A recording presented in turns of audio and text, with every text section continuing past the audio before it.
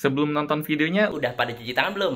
Pause dulu video ini. pause dulu video ini. Pause dulu video ini. Cuci tangan dulu ya. Cuci tangan yang bersih. Pakai sabun. Pakai sabun. Cuci tangan yang bersih pakai sabun. Ayo, kita tungguin. Dan kalau kalian udah cuci tangan, Silakan lanjut nonton videonya. Silahkan nonton videonya. Nontonnya di rumah aja ya. Nontonnya di rumah aja ya. Jangan kemana-mana. Jangan kemana-mana. Jangan kemana-mana. Yuk jaga kesehatan. yuk jaga kesehatan. Yuk jaga kesehatan. Enjoy the video. Have a nice day. Salah. Nah.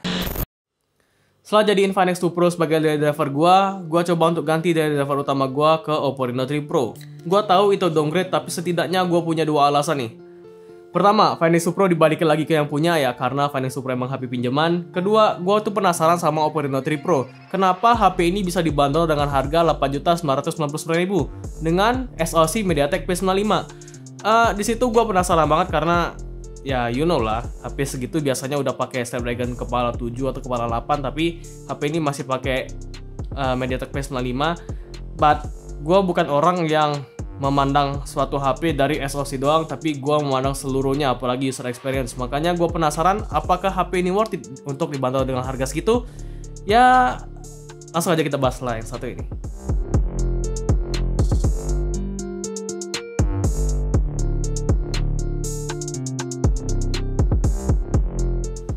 Setidaknya gue sedikit lega lihat desain dari Oppo Reno 3 Pro, karena kalau kita lihat Reno 3 dan A91 itu mirip banget. Tapi kalau Reno 3 Pro udah bisa dibedain dari layout kameranya.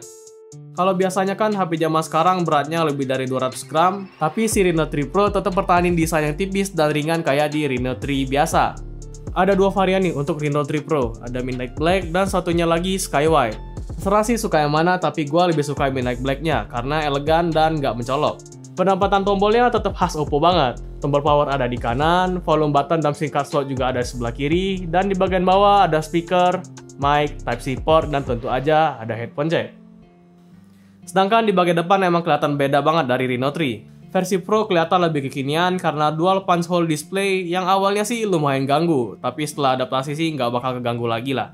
Sisi positifnya, Reno 3 Pro kasih bezel yang tipis banget di bagian bawah, jadi layarnya makin berasa lega.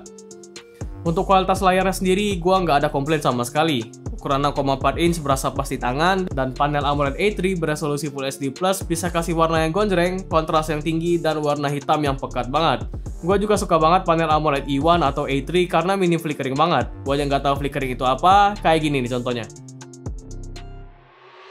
Gua juga nggak ada komplain sama sekali dengan tingkat brightness dari HP ini, karena pas gua tes di sinar matahari yang terik pun gua nggak ada masalah sama sekali untuk lihat layarnya dan masih berasa jelas banget.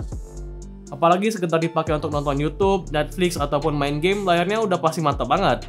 Ditambah lagi Reno 3 Pro udah support Dolby Atmos, jadi bisa kasih audio yang lebih baik. Di layarnya juga udah kasih fingerprint display yang ngebut plus akurat, dan tentu aja ada face unlock juga dong. Nah, kalau dipakai main game pasti bakalan jadi pertanyaan nih, sekuat apa sih Oppo Reno 3 Pro dengan kombinasi MediaTek P95 dan RAM 8GB? Skor Antutunya bisa dapetin skor 205.000 doang. Gua tahu skor segitu emang ngepas banget di budget 8 jutaan, tapi seperti biasa gua nggak berpatokan dengan angka nih, dan gua lebih berpatokan dengan gimana kondisi real life-nya. Gua udah pakai HP ini sekitar 2 mingguan dan menurut gua performanya nggak ada masalah sama sekali. Mau dipakai multitasking di banyak aplikasi juga masih berasa ngebut dan smooth-smooth aja karena RAM-nya udah 8GB. Terus kalau dipakai main game andalan gua, Overdox bisa mentok kanan dan berjalan tanpa masalah. PUBG bisa smooth ultra dan berjalan dengan cukup enak. Dan COD Mobile cuma bisa di grafik high dan frame rate high, tapi bisa berjalan dengan smooth dan lancar banget. Untuk layarnya berasa responsif dan gyronya juga aman. Suhunya juga masih tergolong normal, berasa hangat dikit doang dan gak berasa panas yang berlebihan. Dipakai barbar main game pun, baterai 4025 mAh-nya tuh masih sanggup dipakai satu harian full. Gue bisa dapetin screen on time berkisar 6-7 jam. Tapi kalau pemakaian ringan sih bisa sampai 1,5 hari atau 2 hari. Chargingnya juga jadi lebih ngebut dibanding Reno 3 biasa. Reno 3 Pro pakai VOOC 4.0 30W yang bisa charge dari 0-100% dalam waktu sekitar 1 jam doang. Jadi intinya performa tuh bukan cuma dari SoC atau hardware doang, tapi ada faktor lain nih yang benar-benar mempengaruhi performa juga, contohnya itu software. Di ColorOS 7.1 berbasis Android 10, Oppo kasih game space yang jadi jauh lebih optimal. Pas main game, kita bisa dapetin peningkatan dan kestabilan frame rate. MediaTek P95 juga ada support HyperX Engine nih, yang bisa ningkatin performa gaming juga. Jadi itulah kenapa gue nggak bermasalahin performanya, karena selama gue pakai sih nggak ada masalah sama sekali dengan hal itu. UI di ColorOS terbaru juga jadi lebih simple dan udah mendekati stok, jadi udah bisa diterima banget dengan selera gue. Dan buat yang pengen tahu lebih lengkap fitur di ColorOS terbaru, kalian bisa cek di videonya Oppo Find X2 Pro karena gue udah jelasin di situ dan fiturnya mirip-mirip juga. Nah, sekarang kita bahas kameranya. Kalau dilihat dari spesifikasinya sih, jualan dari HP inilah emang kameranya. Kamera utamanya 64 megapiksel f1.7, 13 megapiksel f2.4 sebagai lensa tele, 8 megapiksel f2.2 untuk lensa ultrawide-nya, dan 2 megapiksel f2.4 untuk lensa mono. Sedangkan di kamera depannya ada 44 megapiksel f2.4. Yes, bener, gak salah dengar, resolusinya emang gede banget. Dan satunya lagi sayangnya bukan lensa ultrawide, tapi lensa depth 2 megapiksel f2.4. Menu kameranya masih sama kayak sebelumnya. Tapi yang spesial di Reno 3 dan Reno 3 Pro adalah kita bisa buat hasil fotonya jadi beresolusi 108 megapiksel. Jadi hasil fotonya punya detail yang lebih tajam dari biasanya. Jujur kalau gua sih lebih suka hasil foto dengan mode auto aja tanpa 108 megapiksel, karena kebutuhan gua cuma sekedar sosial media doang. Tapi kalau kalian mau cetak fotonya, ya boleh banget untuk pakai 108 megapikselnya. Anyway, untuk hasil fotonya menurut mata gua sih lebih baik dibandingkan Reno 3 non Pro ya. Detailnya lebih tajam, dynamic range-nya lebih bagus, bisa dipakai di kondisi yang silau parah dan lebih fleksibel. Mau dipakai untuk foto di tempat yang sempit atau yang jauh juga HP ini masih capable. Untuk tone warnanya sendiri sih khas Oppo lah ya, mendekati natural dan sekarang enggak overprocessing lagi.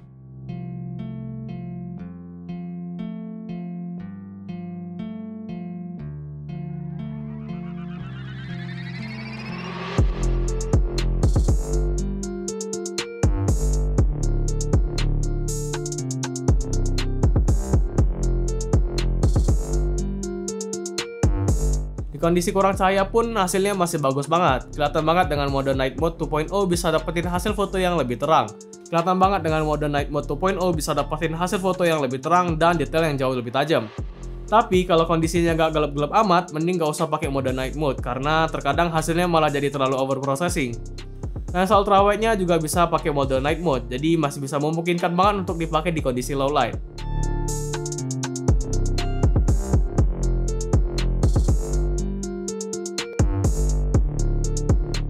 Sedangkan kamera depannya ya kalian tahu sendiri lah ya, ini Oppo, jadi kualitasnya udah tentu bagus. Ditambah lagi resolusinya sampai 44 megapiksel, jadi bisa dapetin detail yang tajam, warna yang natural, dan gua acungi jempol untuk dynamic range-nya.